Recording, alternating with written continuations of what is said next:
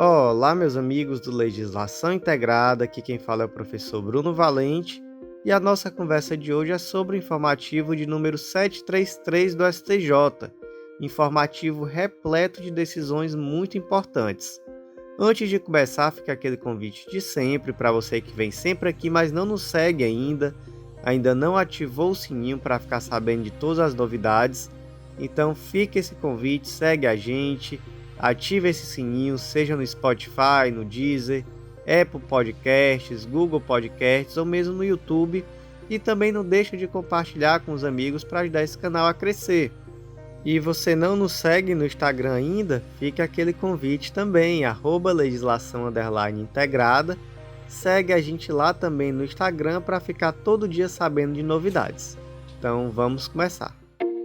O primeiro julgado do dia foi inserido lá no artigo 15 do Código Civil e o destaque ficou da seguinte forma: o médico é civilmente responsável por falha no dever de informação acerca dos riscos de morte em cirurgia.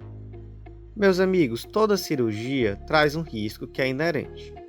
Entretanto, existe um dever que decorre da lei, um dever legal do médico de informar o paciente acerca dos riscos do procedimento cirúrgico. Esse dever está, inclusive, lá no artigo 15 do Código Civil. Ninguém pode ser constrangido a submeter-se, com risco de vida, a tratamento médico ou a intervenção cirúrgica. O dever está também, até de uma forma mais direta, lá no artigo 34 do Código de Ética Médica. É vedado ao médico deixar de informar ao paciente o diagnóstico, o prognóstico, os riscos e os objetivos do tratamento, salvo quando a comunicação direta possa lhe provocar dano, devendo, nesse caso, fazer a comunicação ao seu representante legal. Então, veja só, existe um dever objetivo do médico de informar os riscos decorrentes do tratamento e, sobretudo, os riscos decorrentes de uma cirurgia, de um procedimento cirúrgico. E para que esse procedimento cirúrgico seja realizado, é necessário o consentimento do paciente ou de seu representante legal. E aí o primeiro ponto. Não vale o consentimento em branco, que é aquele consentimento amplo e genérico. Esse tipo de consentimento ele não vale. É necessário que haja um consentimento específico. Esse consentimento ele não precisa obrigatoriamente ser por escrito, já que a lei não trouxe esse tipo de obrigatoriedade. Mas quando não há esse consentimento por escrito, fica uma situação bem complicada para o médico comprovar que houve o consentimento. Então, é melhor para o médico que ele exija sempre esse consentimento mediante termo, ou seja, por escrito. E o que se decidiu aqui no informativo 733 foi que a falha nesse dever de informação, ele traz o dever de indenizar.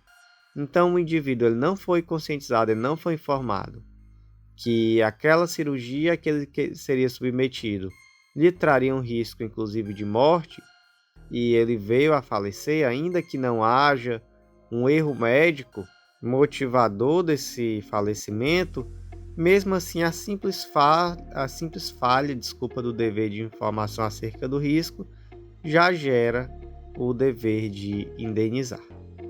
O segundo julgado do dia foi inserido lá no artigo 186 do Código Civil e o destaque ficou assim: reconhecida a responsabilidade estatal por acidente com o evento morte em rodovia, devida a indenização por danos materiais aos filhos menores e ao cônjuge do decujus. O caso concreto foi o seguinte: o indivíduo ele estava dirigindo em uma estrada lá no estado do Sergipe e havia um buraco não sinalizado de 15 metros de profundidade. Esse buraco motivado por uma falta de manutenção e não havia ali uma sinalização. O indivíduo era motorista de caminhão e esse caminhão caiu nesse buraco de 15 metros de profundidade e veio a falecer. E aí a primeira pergunta: Qual é a responsabilidade civil? Como se caracteriza a responsabilidade civil do Estado nesses casos de omissão? E nesses casos, a responsabilidade civil do Estado é subjetiva. Então, é necessário demonstrar que a conduta omissiva culposa da administração, que foi uma negligência, uma má prestação de serviço, o dano e o nexo causal entre ambos. Portanto, é necessário demonstrar que houve uma negligência, uma má prestação de serviço e, por isso, a responsabilidade é subjetiva. É diferente da responsabilidade civil do Estado nos casos de ação, Nos casos de ação, aí a gente fala em responsabilidade objetiva, que no caso de omissão, responsabilidade subjetiva. E aí, naquele caso concreto, o juiz de primeira instância e o Tribunal de Justiça do Estado, reconheceram tão somente os danos morais, não reconheceram os danos materiais. E essa decisão foi reformada pelo STJ pela compreensão de que existe uma dependência econômica presumida dos filhos menores, especialmente, mas também do cônjuge, em relação ao falecido. Então, de fato, não há sentido em se falar na ausência de danos materiais. Então, houve a condenação por danos morais já das instâncias ordinárias e na instância especial também houve o reconhecimento da indenização por danos materiais. E também, para que fique claro, essa responsabilidade do Estado foi caracterizada porque, de fato, não se conseguiu demonstrar de forma alguma indício de culpa exclusiva da vítima ou qualquer outra circunstância que retirasse o dever de indenizar do Estado, já que era um buraco de 15 metros de profundidade, não sinalizado e decorrente da ausência de manutenção e fiscalização da via estatal. O próximo julgado do dia foi inserido lá no Estatuto da OAB, Lei 8906 de 94, e o destaque ficou assim: nos contratos administrativos, é válida a cláusula que prevê renúncia do direito aos honorários de sucumbência por parte do advogado contratado. O problema aqui, meus amigos, é que lá no artigo 24, parágrafo 3º do Estatuto da OAB, há a previsão de que é nula qualquer disposição, cláusula, regulamento ou convenção individual ou coletiva que retire do advogado o direito ao recebimento dos honorários de sucumbência. Ocorre que, lá no julgamento da ADI 194-4, foi reconhecida a inconstitucionalidade desse dispositivo por violação à liberdade contratual. Então se defendeu que há uma liberdade contratual relativamente ampla entre o advogado e seus clientes, então seria sim possível, dentro desse tipo de contrato, que houvesse alguma disposição que exonerasse o direito do advogado ao recebimento dos honorários de sucumbência. Então esse é o primeiro ponto, que já existia um ADI nesse sentido. E aqui no informativo 733 a decisão foi no sentido de que essa cláusula, ou melhor, essa interpretação também vale no âmbito de contratos administrativos. Então, veja só um trecho. Não contrariando a lei nem sendo abusivo, o contrato administrativo pode tratar de renúncia a direito do contratado, e este será eficaz e produzirá seus efeitos na hipótese que houver expressa concordância do contratado. Então, nenhum problema ao contrato administrativo que traz a renúncia do direito aos honorários de sucumbência por parte do advogado contratado. O próximo julgado do dia foi inserido na Constituição Federal e o destaque ficou da seguinte forma: a remuneração do interventor de cartório de registro de imóveis, com base no artigo 36, parágrafo 2º e 3º da Lei 8935 de 94, não se submete ao teto previsto no artigo 37, inciso 11 da Constituição Federal de 88.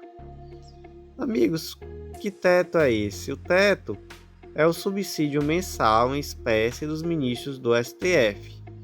E aí há subtetos, e eu trouxe uma tabelinha lá no nosso informativo escrito, que eu trago de uma forma mais detalhada como funcionam esses subtetos no âmbito federal, estadual e municipal. Mas o que vai importar aqui é que você saiba que a remuneração dos notários, dos registradores, dos tabeliães, etc., ela não está limitada ao teto. Esse é o primeiro ponto. E aí surgiu uma dúvida de como ficaria a remuneração do interventor do cartório. O que é o interventor? Quando o notário, o oficial de registro, quando em relação a este existe algum indício do cometimento de alguma irregularidade, é possível que haja uma intervenção no cartório. E aí, enquanto o cartório estiver sob intervenção, quem vai gerir aquele cartório de registro de imóveis é um interventor. E o artigo 36, ele traz a forma da remuneração desse interventor. Só que aí surgiu o problema. E aí, em relação a esse interventor, será aplicado o teto ou não será aplicado o teto? Mas veja só o que diz o artigo 36 da Lei 8.935 de 94. Quando, para aplicação de faltas imputadas a notários ou oficiais de registro, for necessário o afastamento do titular do serviço, poderá ele ser suspenso preventivamente pelo prazo de 90 dias, prorrogável por mais 30. Parágrafo 1º.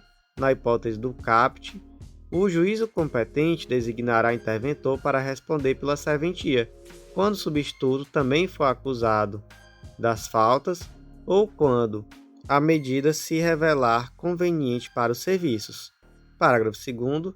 Durante o período de afastamento, o titular receberá metade da renda líquida da serventia.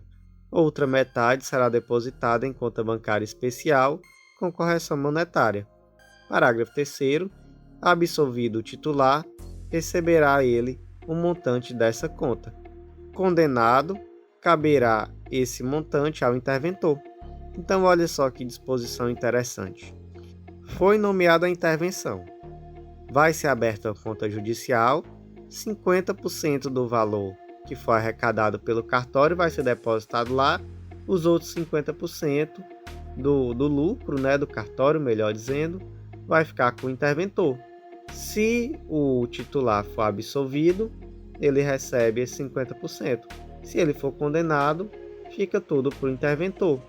Então já existe uma disposição na lei trazendo a forma de remuneração. E essa disposição, ela, naturalmente, não se parece compatível com o teto remuneratório. E aí o STJ disse, olha, apesar de ter existido uma decisão do CNJ em sentido contrário, então em patamar administrativo, existe uma lei federal explícita sobre o assunto e o STJ até o presente momento, pelo menos, não declarou essa lei inconstitucional. Então, aplique-se aquilo que está na lei. Ou seja, o STJ naturalmente não fez uma análise de constitucionalidade, nem teria como fazer. Até o presente momento, esse dispositivo não foi declarado inconstitucional pelo STF, quer incidentalmente, quer de forma abstrata. Então, o STJ aplicou da forma como está, dizendo que ao interventor não se aplica o teto. E aí, meus amigos, não confundam, muito cuidado para não confundir isso com a tese de repercussão geral, tema 779 do STF, que trata sobre os interinos. Veja só a diferença, aqui a gente está falando de interventor, a tese do STF trata sobre os interinos. Quem são esses interinos? São, em regra, aqueles indivíduos que estavam atuando ou estão atuando nos cartórios sem serem concursados e que entraram de forma irregular, mas que permanecem em atividade até que seja realizado o concurso público e nomeado um novo tabelião, um novo notário, um novo registrador. Então esses indivíduos eles permanecem atuando porque se simplesmente retirassem ele dali, o serviço público seria paralisado, não teria ninguém para fazer. Então eles permanecem, mas em relação a eles, o STF entendeu que há sim a aplicação do teto. E até houve uma modulação de efeitos lá no RE 808-202, dizendo que quem recebeu o valor acima do teto antes do julgamento não precisaria devolver, mas quem recebesse qualquer valor acima do teto depois do julgamento precisaria sim devolver esses valores. Então não confunda, interino é esse indivíduo que por algum motivo permanece no cartório ainda que irregularmente, até que sobrevenha um concurso público para nomear um indivíduo ali para aquela serventia, e o interventor já não tem nada a ver com isso, é aquele indivíduo que está lá enquanto o titular da serventia está respondendo administrativamente, enfim, por alguma falta imputada.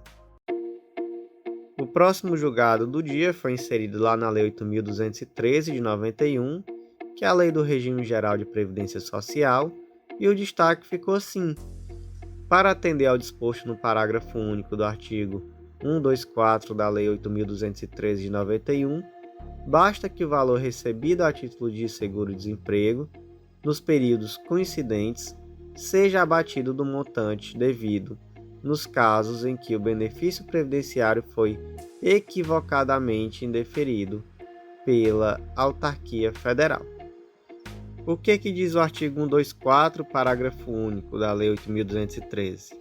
É vedado o recebimento conjunto de seguro-desemprego com qualquer benefício de prestação continuada da Previdência Social, exceto pensão por morte ou auxílio acidente. Então, o indivíduo ele recebe seguro-desemprego, ele não pode receber esse seguro-desemprego junto com nenhum outro benefício, seja uma aposentadoria e etc. Ele pode, entretanto, acumular com pensão por morte e auxílio acidente. São as duas únicas possibilidades aqui previstas no artigo 124, parágrafo único. E o que acontece em regra se esse indivíduo, se esse segurado, acumular? Em regra, ele vai ter que devolver o valor referente ao seguro-desemprego. Mas agora vamos para uma situação específica. O Joãozinho, ele sofreu um acidente, ele acabou se tornando permanentemente incapaz de exercer a profissão que ele exercia, ou mesmo qualquer outra, e ele pediu ali uma aposentadoria por invalidez. Essa aposentadoria por invalidez foi negada e ele precisou continuar trabalhando. Mesmo que ele não tivesse condição de trabalhar, mas ele se esforçou para continuar trabalhando. Continuou o tempo que deu até que foi demitido.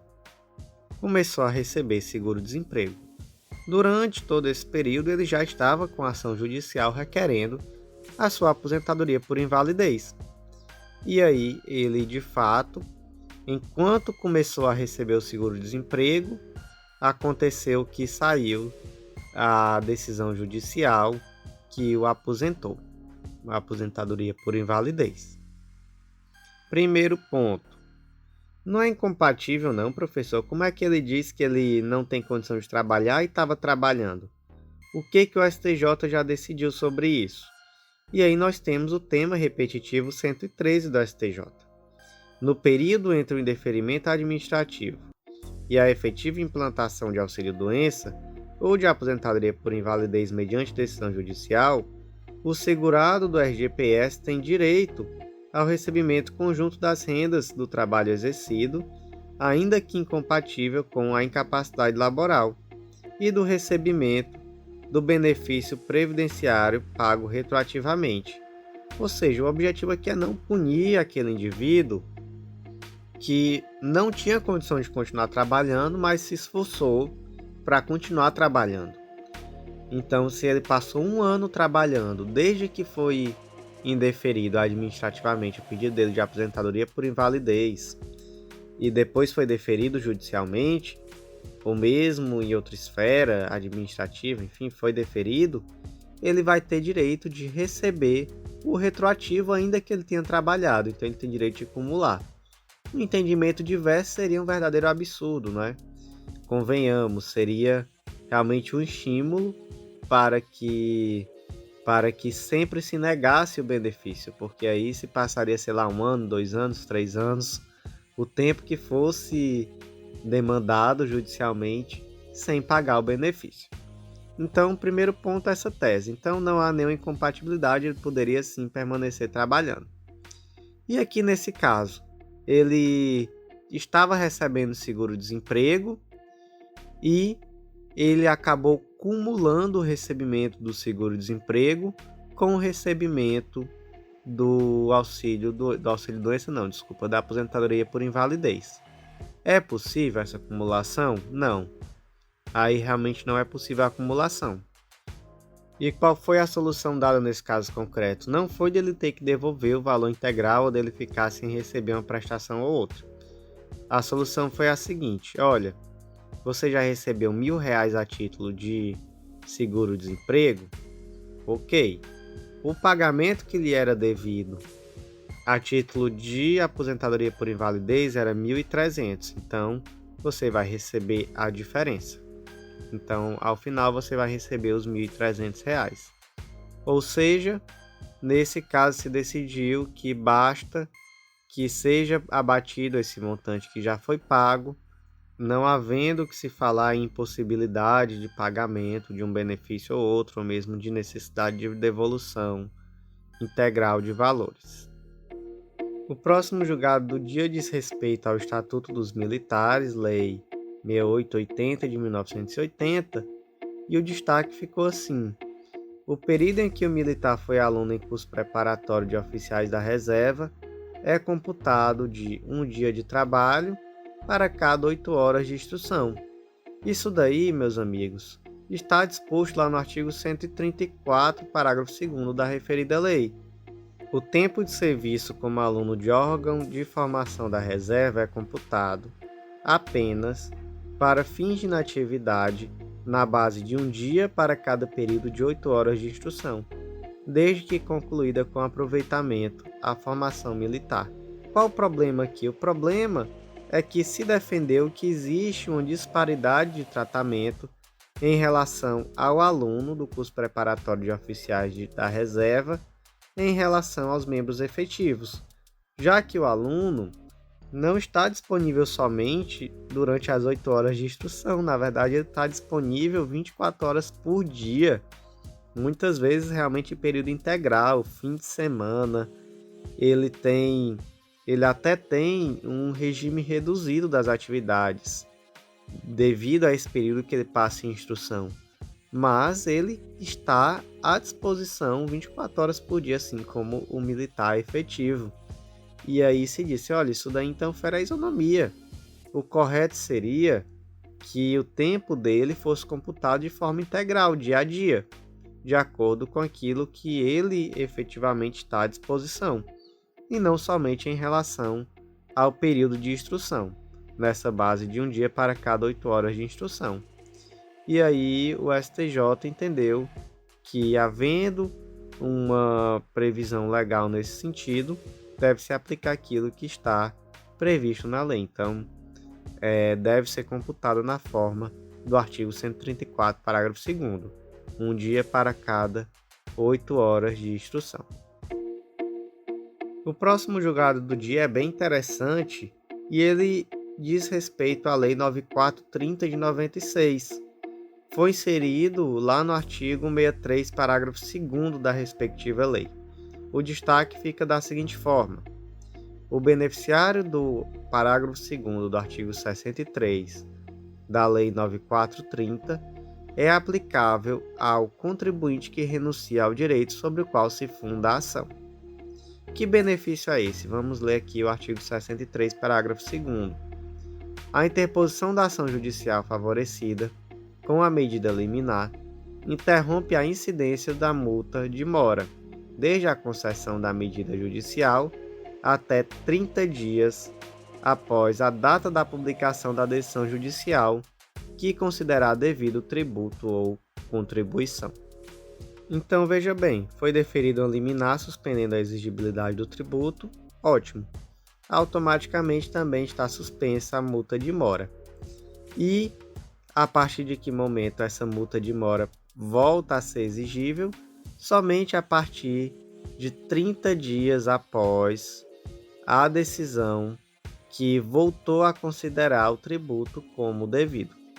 Então, 30 dias após, volta a ser exigível. Aí vamos lá aqui para um caso concreto.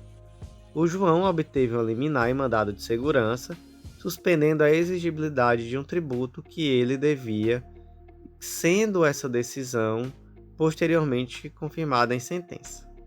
E aí essa ação estava correndo em grau de recurso, imagine, por exemplo, e o João resolveu renunciar ao direito sobre o qual se funda a ação e efetuar o pagamento da dívida tributária. Só que ele não pagou a multa de mora. E aí veio a dúvida. Ele vai ser obrigado a pagar essa multa de mora? Porque veja bem, essa multa ela permanece inexigível, não é isso? Desde o momento em que foi concedida a liminar, ela é inexigível. Quando é que ela voltaria a ser exigível? 30 dias após a data da publicação da decisão judicial que considerou devido o tributo à contribuição. Nessa circunstância, não houve uma decisão judicial considerando esse valor devido, esse tributo, essa contribuição devida. Ele, João, que partindo dele próprio, foi lá e resolveu pagar. Então, é devida a multa de mora? Não, não é devida. O próximo julgado do dia foi inserido no artigo 46, parágrafo único do Código Tributário Nacional, e o destaque ficou da seguinte forma: o benefício da suspensão do IPI previsto no artigo 5º da Lei 9826 de 99 e artigo 29 da Lei 10637 de 2002 não se aplica a estabelecimentos equiparados à industrial. Esse benefício, meus amigos, ele diz respeito a componentes, chassis, carrocerias e acessórios e parte de veículos autopropulsados, então veículos automotores. Essas duas leis trouxeram então benefícios tributários tais quais a suspensão do IPI para os estabelecimentos industriais relativos a esses componentes e alguns outros também ali previstos. Acontece que veio uma demanda no sentido de ampliar esse benefício tributário também aos estabelecimentos equiparados à industrial. Porque disseram assim, olha, nós somos equiparados a estabelecimentos industriais, logo, aquilo que se aplica a um deve se aplicar a outro. E aí o STJ disse, olha, não é bem assim. Se fosse assim, não faria sentido falar em equiparado, em estabelecimento industrial equiparado. Porque o equiparado seria simplesmente o mesmo estabelecimento industrial, seria todo mundo estabelecimento industrial e pronto. A equiparação, ela se dá pela lei em situações específicas previstas naquela lei. Não se há falar em equiparação de uma forma geral, porque senão não é equiparação. É a simples previsão de que existe tão somente, estabelecimentos industriais. E aí, nesse caso específico, não houve a previsão de aplicação do benefício também para os estabelecimentos equiparados. Logo, nesse caso, não será aplicado o benefício a esse tipo de estabelecimento. O próximo julgado do dia foi inserido no Código Civil e o destaque ficou da seguinte forma: fundo de investimento pode sofrer os efeitos da aplicação do Instituto da Desconsideração da Personalidade Jurídica. Meus amigos, o Instituto da Desconsideração da Personalidade Jurídica está previsto lá no Código Civil, no artigo 50. É muito importante a leitura desse artigo, já que recentemente, lá em 2019, ele foi alterado pela Lei 13.874, houve uma mudança nos requisitos para a desconsideração. E naturalmente, eu estou falando aqui do artigo 50, ele traz a teoria maior, que é aquela teoria que traz mais requisitos, que são esses: o abuso de personalidade, que pode ser um desvio de finalidade, uma confusão patrimonial, e há também um novo requisito trazido pela Lei 13.874, que é o de que os administradores ou sócios da pessoa jurídica tenham sido beneficiados direto ou indiretamente pelo abuso. Esse artigo 50 é bom que você leia como um todo, mas você vai ver que há mais requisitos, é um pouco mais difícil, ou não um pouco, é mais difícil a desconsideração. Já na teoria menor, que é aquela que traz menos requisitos, ela está prevista principalmente lá no artigo 28, parágrafo 5º do Código de Defesa do Consumidor e lá no artigo 4º da Lei 9605, que é a Lei de Crimes Ambientais. Então, nesses casos, é bem mais fácil a desconsideração da personalidade jurídica, como, por exemplo, lá na Lei de Crimes Ambientais, basta que essa personalidade seja um obstáculo ao ressarcimento do prejuízo causado ao meio ambiente. Meus amigos, a dúvida aqui foi realmente sobre a possibilidade de desconsideração da personalidade jurídica no caso de fundos de investimento. E o que se decidiu foi que é sim possível, que o simples fato desses fundos de investimento não possuírem personalidade jurídica não é suficiente para afastar essa possibilidade. E veja só um pequeno trecho da decisão. O fato de seu fundo de investimento em participação constituído sob a forma de condomínio e de não possuir personalidade jurídica não é capaz de impedir por si só a aplicação do Instituto da Desconsideração da Personalidade Jurídica em caso de comprovado abuso de direito por desvio de finalidade ou confusão patrimonial. Então, perfeitamente possível. Próximo julgado do dia inserido no Código de Processo Civil, especificamente lá no artigo 332, parágrafo 2º, e o destaque ficou da seguinte forma: para a prorrogação do prazo recursal, é necessária a configuração da justa causa, que deve ser demonstrada de maneira efetiva. Amigos, lá no informativo 666 e em igual sentido também no 730, o STJ entendeu que a disponibilização pelo Tribunal de Origem, lá no sistema PJE, de data final de prazo de forma equivocada, configura justa causa para que o patrono perca o prazo recursal. Então, por exemplo, lá no PJE dizia que o prazo acabava no dia 11, mas o prazo na verdade acabava no dia 10, foi um erro. E aí o advogado confiou nesse prazo que estava no PJE e acabou protocolando o recurso somente no dia 11.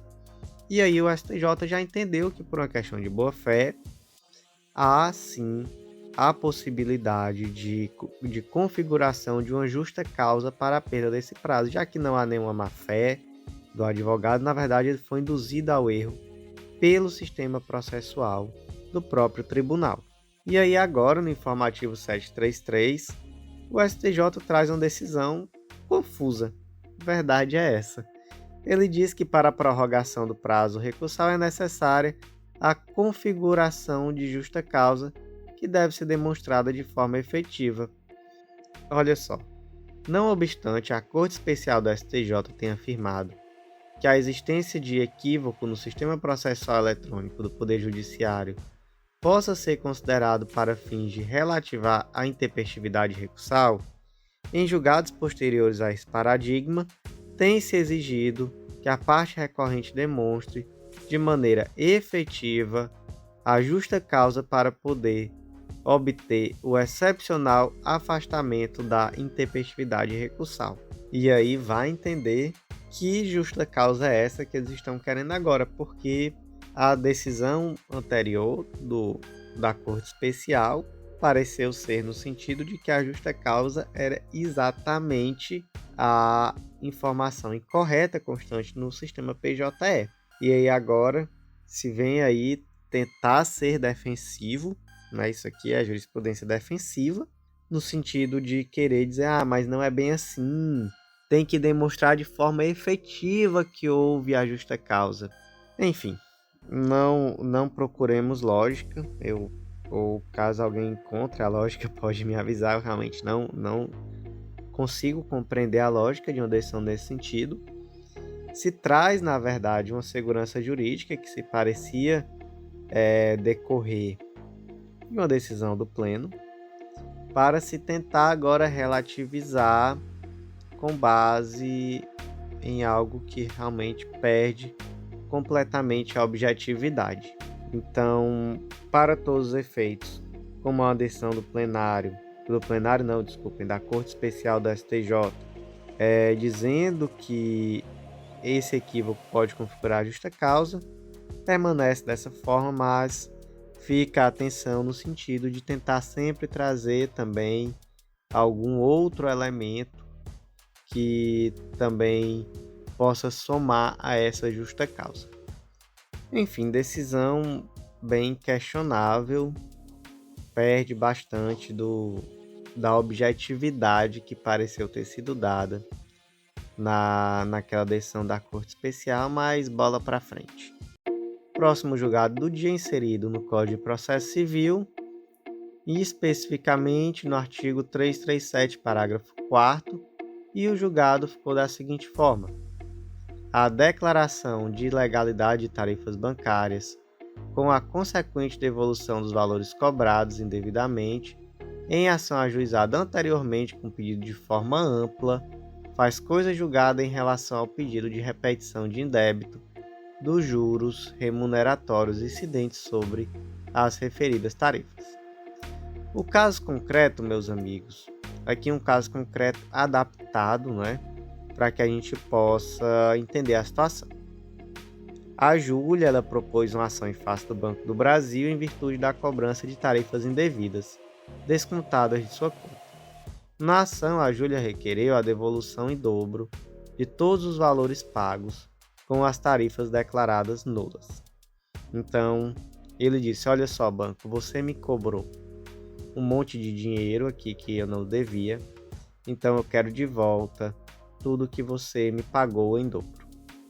Após o trânsito em julgado da primeira ação, que foi julgada procedente, a Júlia propôs uma nova ação, mas dessa vez ela disse assim: Banco do Brasil, eu percebi que durante esse período que você tirou o dinheiro da minha conta, ela ficou no negativo, entrou no cheque especial e você me cobrou juros. E aí não é justo que eu lhe pague juros porque eu só estava lhe devendo porque você tirou o dinheiro da minha conta indevidamente. Então agora, por gentileza, me devolva também os juros que foram indevidamente retirados da minha conta. E aí, o STJ decidiu que essa nova ação não é viável, porque a primeira ação houve um pedido amplo de devolução de valores.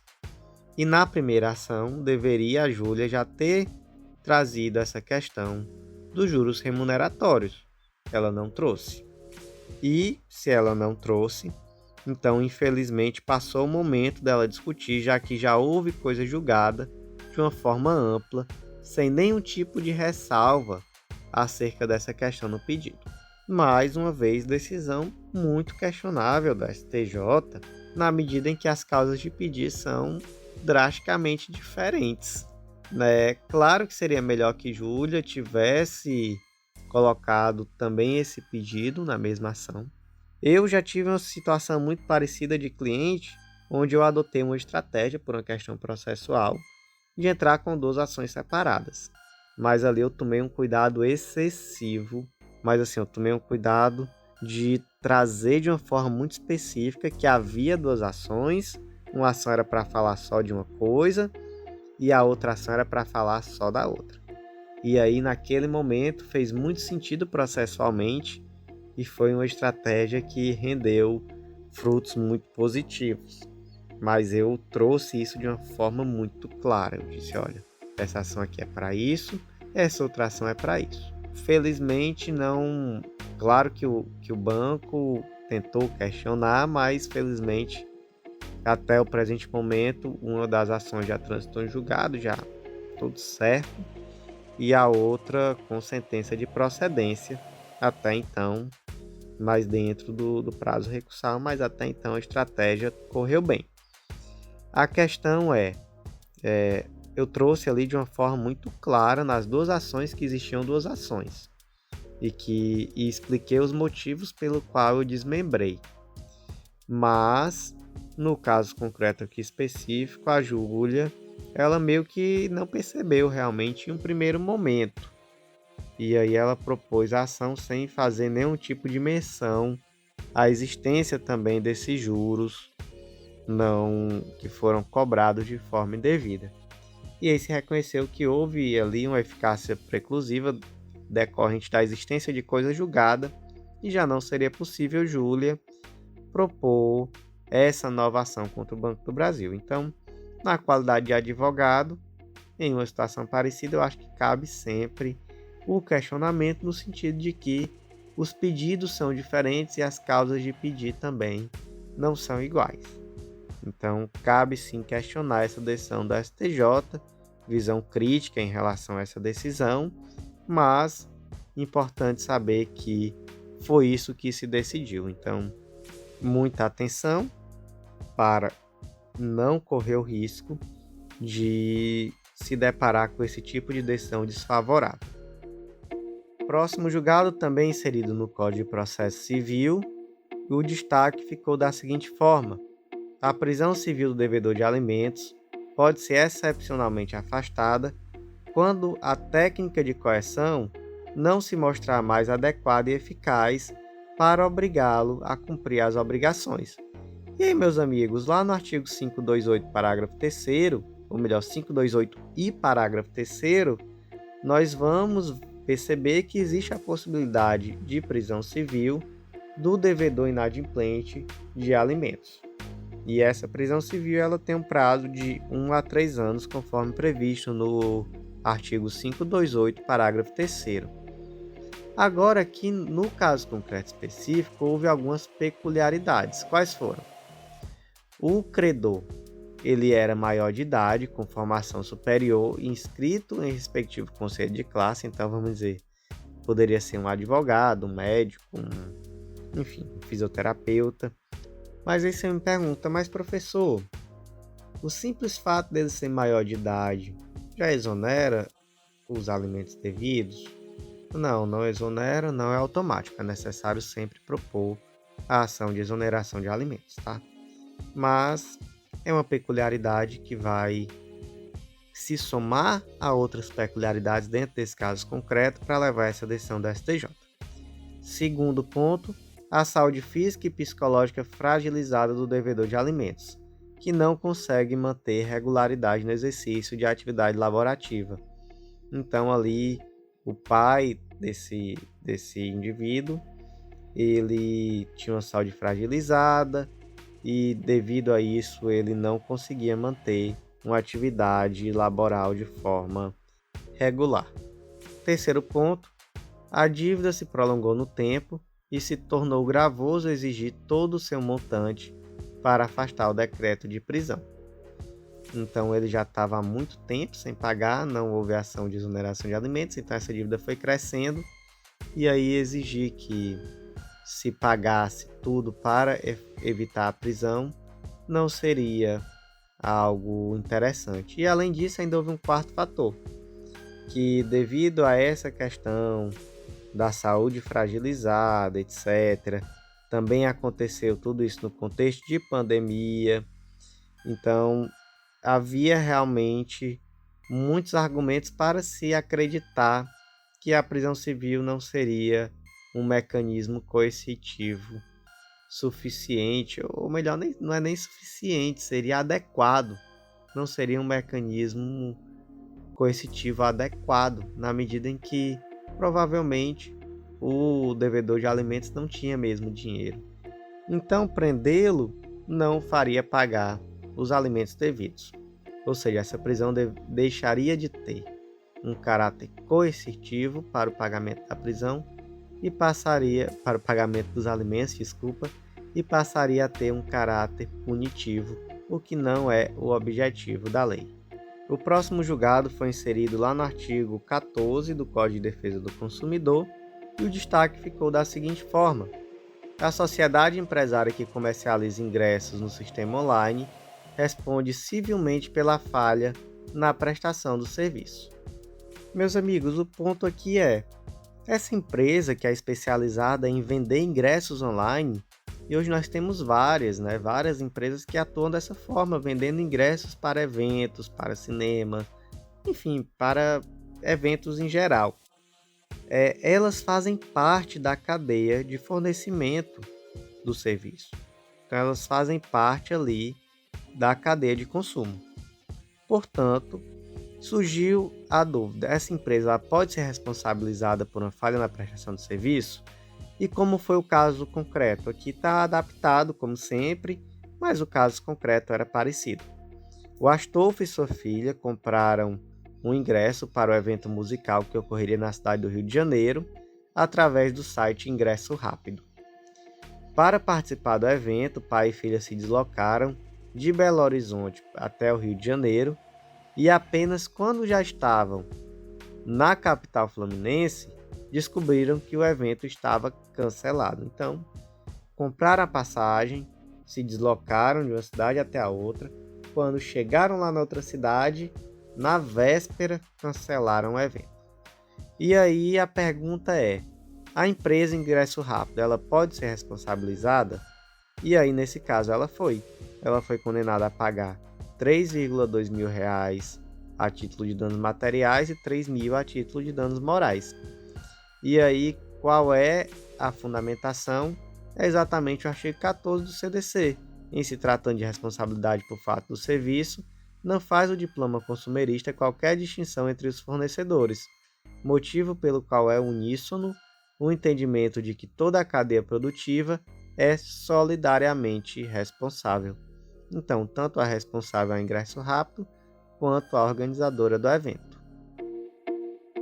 Próximo julgado do dia foi inserido lá na Lei 8.101 de 2005, Lei de Falências, e o destaque ficou assim: o crédito constituído anteriormente à incorporação da empresa a grupo empresarial em recuperação judicial deve ser submetido ao juízo universal. Meus amigos, o artigo 49 diz que estão sujeitos à recuperação judicial todos os créditos existentes à data do pedido, ainda que não vencidos. Qual é o objetivo disso? O objetivo disso é que esses créditos possam ser levados à Assembleia Geral de Credores através de um plano de recuperação judicial que será votado para que a empresa consiga negociar os prazos e formas de pagamento de forma a conseguir a continuidade da atividade empresarial, já que naquele caso concreto, teoricamente ao menos, caso ela tivesse que pagar todas as dívidas da forma como foi negociado inicialmente, a empresa fatalmente iria falir e havia aí uma perda social muito maior, com o desemprego e até mesmo com um possível calote no pagamento de algumas das dívidas. E aí veja esse caso concreto, que caso concreto interessante.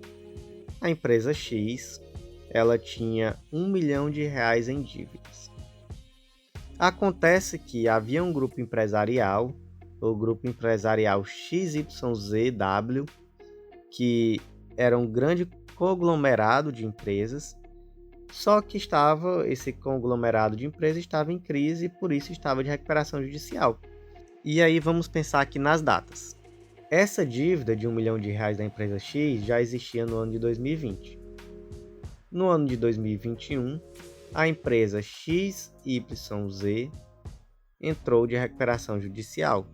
No ano de 2022, a empresa XYZW, incorporou a empresa X. Então, ela passou a ser parte da empresa X. Ou seja, a dívida já existia antes do pedido de recuperação judicial, mas a empresa só foi incorporada posteriormente ao pedido de recuperação judicial.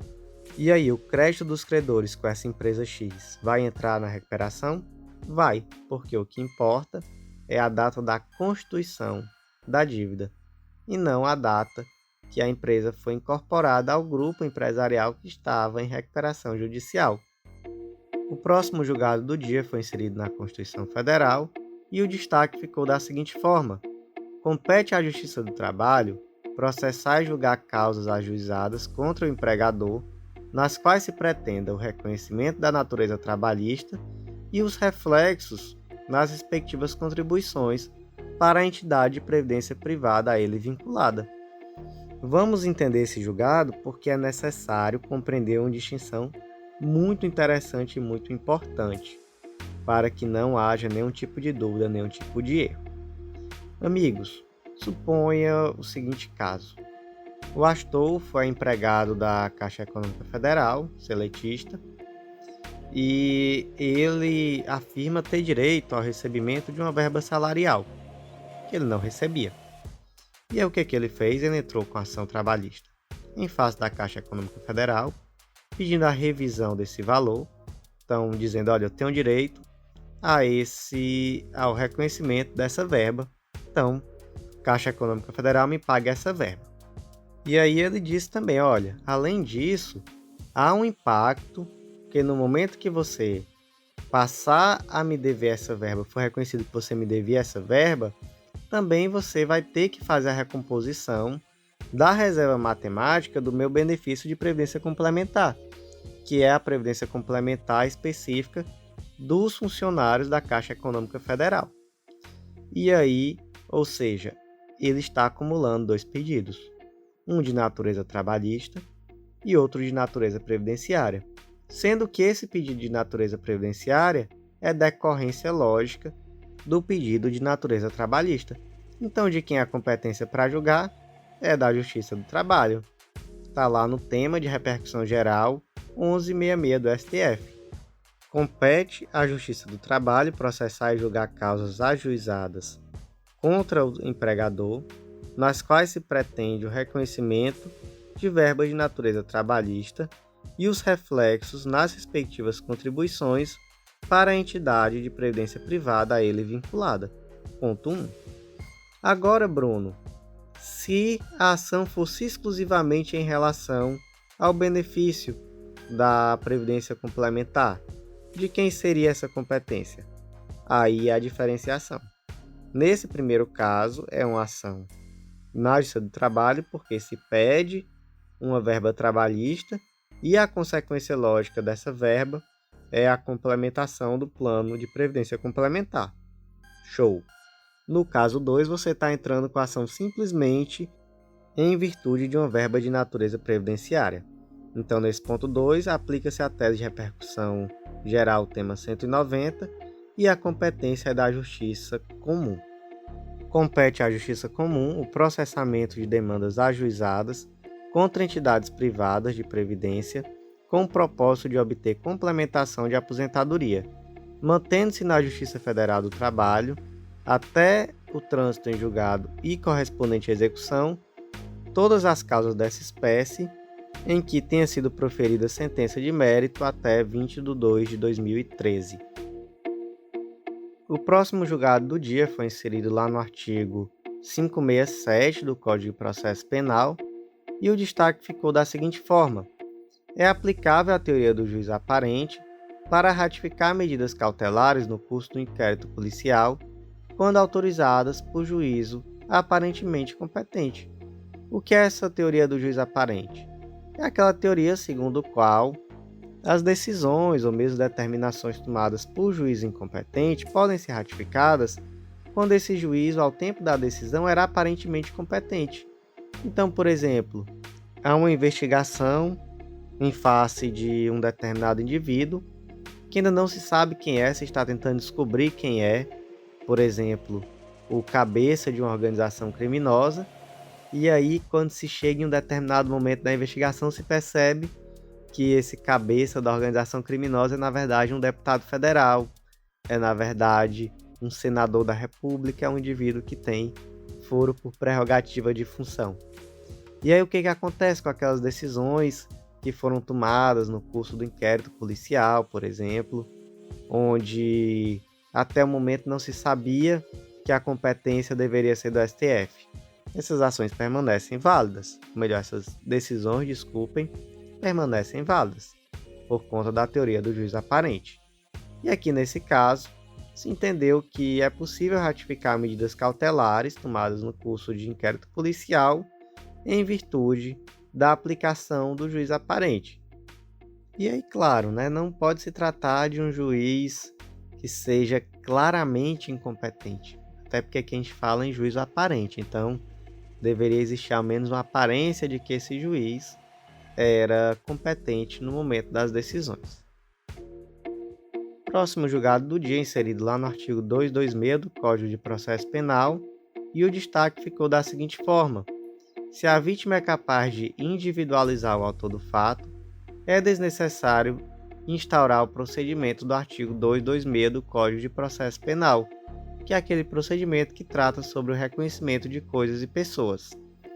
Meus amigos, nós já conversamos bastante aqui sobre o procedimento do artigo 226 do Código de Processo Penal. Eu trouxe esse tema de uma forma bem detalhada lá no informativo 730 do STJ, no informativo 684 também do STJ. Trouxe também lá no informativo 1045 do STF. Então é muito interessante vocês buscarem esses informativos. No informativo escrito está bem completo, então até no informativo escrito você consegue encontrar essa explicação. Mas também dos podcasts anteriores, para que você consiga perceber de uma forma bem clara como é que se deu a análise histórica dessa evolução jurisprudencial. Porque até 2020, no julgamento do HC 598886, que foi um julgado da 6ª turma do STJ, se entendia que o procedimento de reconhecimento de pessoas e coisas previsto no artigo 226 do Código de Processo Penal era uma mera recomendação. Então, descumprir esse procedimento não trazia nenhuma consequência processual, não trazia nenhuma nulidade. Era uma recomendação, porque agora o legislador se ocupa de dar conselhos. Ele anota os conselhos lá no Código de Processo Penal só para poder as pessoas saberem que seria interessante cumprir, mas se descumprir também, conselho é para quem quer, não é? Ninguém é obrigado. E aí a 6ª turma do STJ, no julgamento desse HC, decidiu que na verdade não seria uma mera recomendação, que havia sim a necessidade de cumprimento desse procedimento, e ali, acima de tudo, se trouxe um grande questionamento ao reconhecimento fotográfico, que é uma prática que infelizmente é extremamente comum e que acaba trazendo, inclusive, a possibilidade de falso reconhecimento, de criação de falsas memórias. Então, muitas vezes, aquela vítima, ela se depara com um indivíduo, acaba meio que reconhecendo, sem ter muita certeza às vezes, mas acaba criando ali uma falsa memória, reafirmando, e isso tem um potencial muito grande de levar a grandes injustiças. E aí, meus amigos, por isso é que existe esse procedimento que está lá no artigo 226, em que diz que, veja só, quando houver necessidade de fazer esse reconhecimento da pessoa, proceder-se-á pela seguinte forma: a pessoa que tiver que fazer o reconhecimento será convidada a descrever a pessoa que deve ser reconhecida. A pessoa cujo reconhecimento se pretender será colocada, se possível, ao lado de outras que com ela tiver alguma semelhança, convidando-se quem tiver de fazer o reconhecimento a apontá-la. 3. Se houver razão para recear que a pessoa chamada para o reconhecimento, por efeito de intimação ou outra influência, não diga a verdade em face da pessoa que deve ser reconhecida, a autoridade providenciará para que a outra pessoa não a veja. E aí aqui é aquele episódio do Pernalonga, que o Pernalonga fica em frente a um vidro que só ele vê o que está do outro lado, e do outro lado está aquele monte de gente perfilhada para ele apontar quem foi. E aí no inciso 4 do ato de reconhecimento, lavrar-se-á auto pormenorizado, subscrito pela autoridade, pela pessoa chamada a proceder ao reconhecimento e por 2 testemunhas presenciais. E aí a sexta turma trouxe essa decisão, não é, que seria sim algo obrigatório, não seria uma mera recomendação, e posteriormente houve uma adequação de entendimento em relação à quinta turma do STJ. Depois o próprio STF também trouxe uma decisão semelhante lá no informativo 1045, de forma que passou-se a ter um entendimento meio que uníssono agora, no sentido de que é necessário sim a utilização do procedimento lá previsto no artigo 226 do Código de Processo Penal. E um ponto importante, né, o reconhecimento fotográfico, ele deve ser sempre uma etapa antecedente, sempre que necessário, né? Ele não é obrigatório, mas quando for necessário o reconhecimento fotográfico, ele é uma etapa antecedente, Então ele não serve como prova, nem se ele for confirmado em juízo. Então somente vai ser uma etapa antecedente ao procedimento do artigo 226. E aí, meus amigos, qual é o nome desse fenômeno? Qual é o termo que se utiliza para esse fenômeno que eu falei lá do começo, do falso reconhecimento, e não só do falso reconhecimento, mas também da criação de falsas memórias?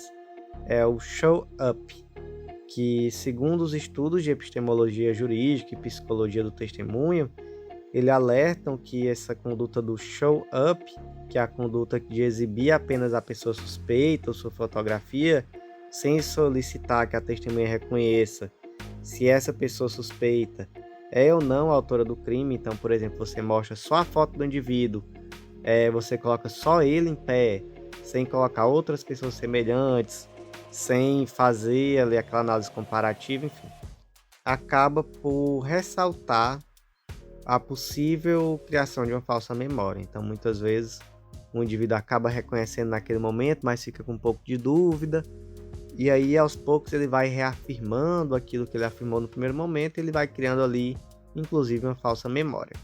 E agora, no informativo 733, o que o STJ disse foi simplesmente que se a vítima é capaz de individualizar o autor do fato, não é necessário instaurar o procedimento do artigo 226 do CPP. Na verdade, aqui nem é algo que eu problematizaria muito, na medida em que o STJ disse só o seguinte: olha, se a vítima já sabe quem é o autor do fato, se não há aqui uma dúvida sobre essa identidade, não é necessário o procedimento do artigo 226. O procedimento do artigo 226 é específico para aqueles casos em que há dúvida acerca de quem é o autor. E no caso concreto, foi um golpe praticado através de rede social. E aí a Maria, né, aqui nesse exemplo concreto, a vítima foi a Maria, vítima fictícia, obviamente. Ela identificou o perfil do Mévio, que era o autor do delito, o potencial autor do delito, o acusado, e em juízo ela reconheceu o Mévio. Ela disse: olha, já conhecia ele pela rede social, sabia quem era ele, pessoalmente estava ali, era ele. Não precisava seguir nenhum tipo de procedimento para poder apontar que de fato era o Mévio ali, que eu já sabia quem ele era, apesar de só conhecer antes por rede social. E o STJ concordou com essa tese e discordou, né, da tese da defesa de que seria necessário o procedimento do artigo 226, sendo, portanto, segundo a tese defensiva, nulo esse reconhecimento feito por Maria. Próximo julgado do dia foi inserido lá no Código de Processo Penal, especificamente no artigo 318-A, e o destaque ficou da seguinte forma: a apreensão de grande quantidade e variedade de drogas não impede a concessão da prisão domiciliar à mãe de filho menor de 12 anos, se não demonstrada a situação excepcional para a prática do delito com violência ou grave ameaça contra seus filhos, nos termos do artigo 318-A, incisos 1 e 2 do CPP. O artigo 318-A diz que a prisão preventiva imposta à mulher gestante, ou à mãe ou responsável por crianças, ou pessoas com deficiência, será substituída por prisão domiciliar desde que: não tenha sido cometido crime com violência ou grave ameaça à pessoa e não tenha cometido crime contra seu filho ou dependente. Então, aqui duas hipóteses em que será afastado esse direito. E, na verdade, meus amigos, essa lei, a Lei 13.769 de 2018, ela positivou aquilo que foi decidido lá no HC coletivo 143641 de São Paulo, que já trazia exatamente essas hipóteses, mas que trazia mais uma hipótese em que não seria possível a aplicação do benefício, que seria em situações excepcionalíssimas, as quais deverão ser devidamente fundamentadas. E aí você pergunta, professor, mas esse último caso permanece vigente, mesmo que não esteja previsto no texto da lei? E aí a resposta é positiva, sim. Em alguns casos concretos, inclusive STF e STJ afastam a prisão domiciliar por conta de situações excepcionalíssimas. Um exemplo, lá no HC 168900 de 2019, o julgamento saiu lá no informativo 953 do STF. Nesse caso, foi negada a prisão domiciliar a uma mulher presa em flagrante com uma enorme quantidade de armamento em sua residência, mesmo que ela vivesse com um filho menor de 12 anos. Em outro caso, agora o STJ, a quinta turma, lá no HC 470-549 do Tocantins, julgado em 2019, foi afastado, tendo em vista que, naquele caso concreto, as crianças não viviam com a mãe, sim com a avó. Então, em alguns casos concretos, excepcionais, é possível ainda o afastamento.